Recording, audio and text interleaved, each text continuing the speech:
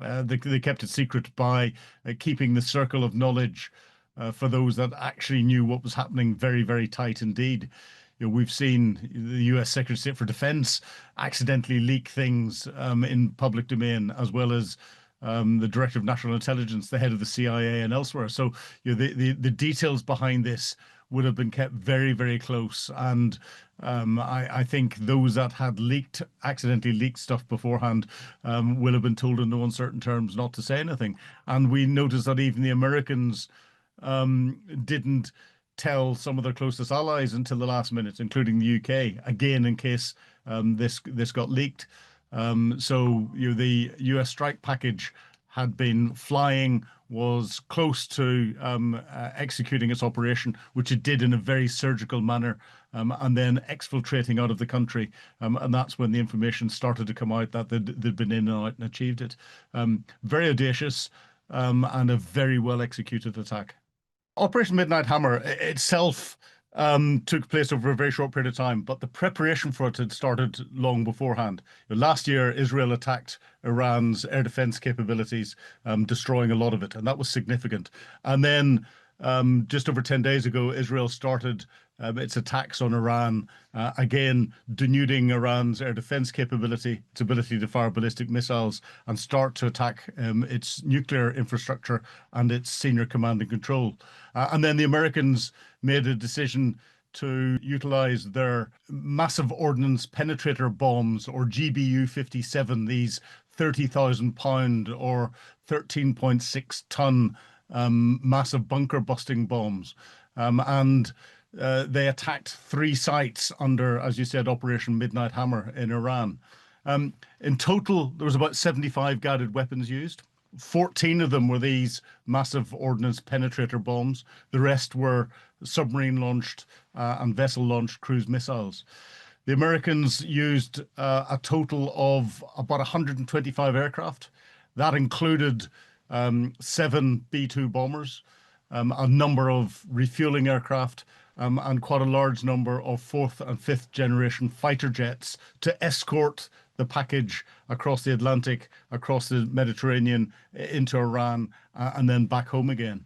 And the flight time from continental US, where it took off from to Iran, was about 18 hours, and it took them about 18 hours to get back again. So, a very, very long journey for the pilots. And each B-2 bomber had 2 crews on it, so that they could sustain that for the period of time. And 3 nuclear sites were hit.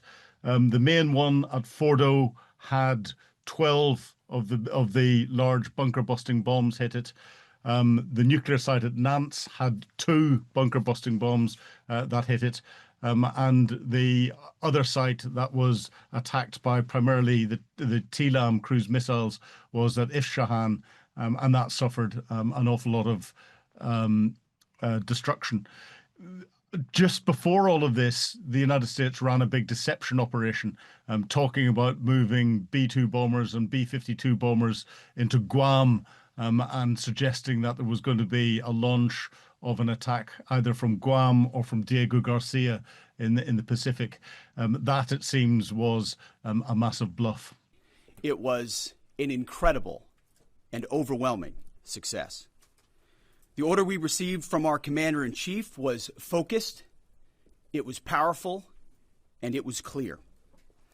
We devastated the Iranian nuclear program. It was effective for a number of different reasons. One, the Iranian air defense capability, its integrated air defense capability, had been effectively destroyed by the Israelis.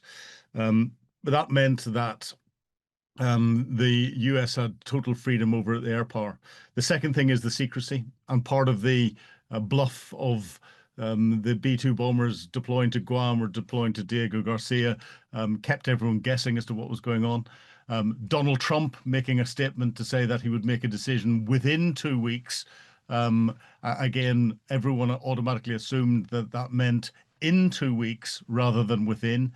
That kept people guessing. And then the professionalism and the stealth capabilities of the US strike packages. So the B-2 bomber Each one's about $2 billion a piece.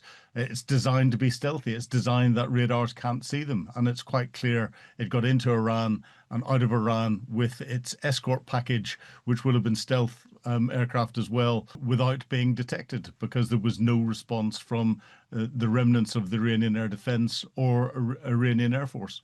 Well, if you look at the routes that they took, they'll have flown through international airspace for most of the journey, and therefore they won't have had to ask those countries for overflight permission.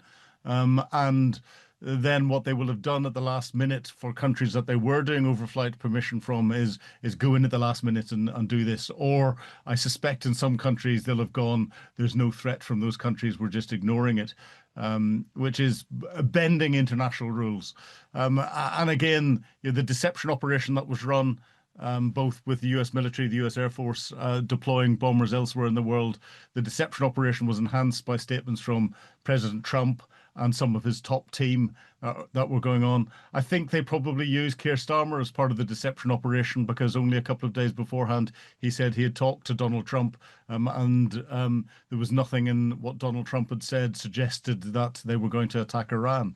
And then Donald Trump carried out the attack. But the other thing we have to remember about this is it wasn't just about destroying Iran's nuclear capability. It was about sending a message out to other countries around the world, including Russia and China, and sending a message to the wider Iranian leadership.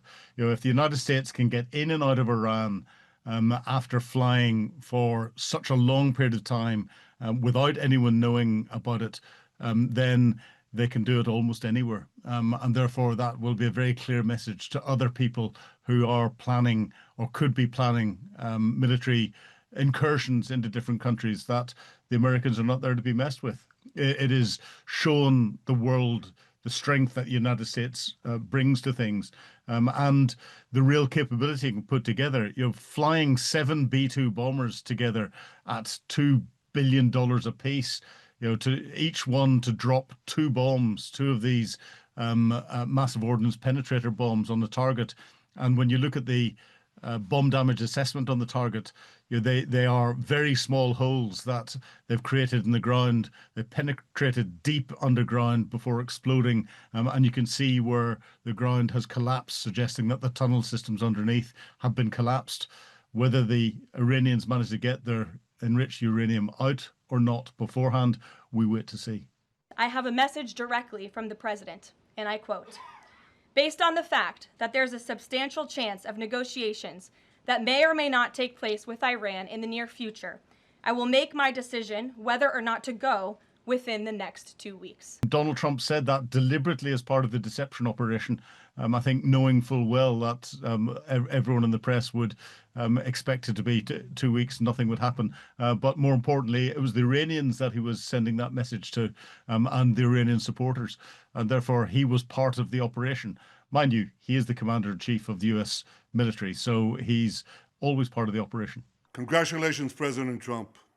Your bold decision to target Iran's nuclear facilities with the awesome and righteous might of the United States will change history.